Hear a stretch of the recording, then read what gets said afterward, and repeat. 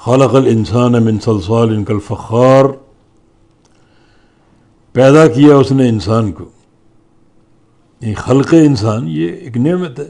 انسان کو دیکھو، اس کی بصارت، قوت سماعت، قوت ذوق، قوت لمس، ہاتھوں کا استعمال، پاؤں سے چل کے جانا، پھر اندرونی نظام اس کا، ہڈیوں کا، پٹھوں کا.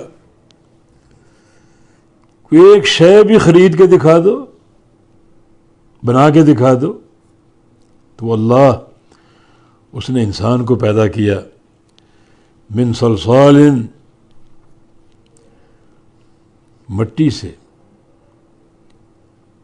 یہ یعنی آگ میں پکی ہوئی مٹی وہ سخت ہو جاتی ہے، اور اس کو اگر بجائیں تو بجنے کی آواز اس سے پیدا ہوتی.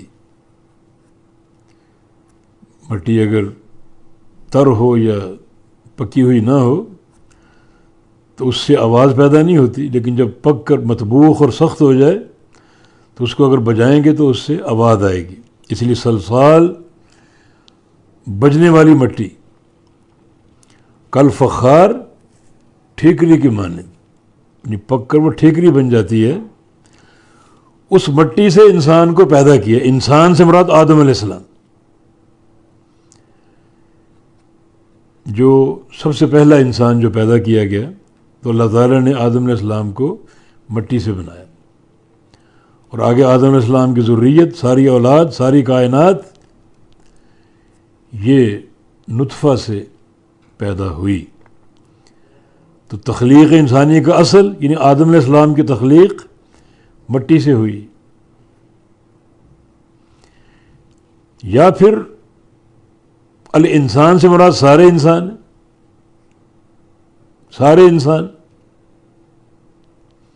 یا تو مانا آدم علیہ السلام مراد ہے، انہیں مٹی سے بنایا گیا، باقی انسانوں کو نطفے سے بنایا گیا، یا سارے انسان مٹی سے بنائے گئے.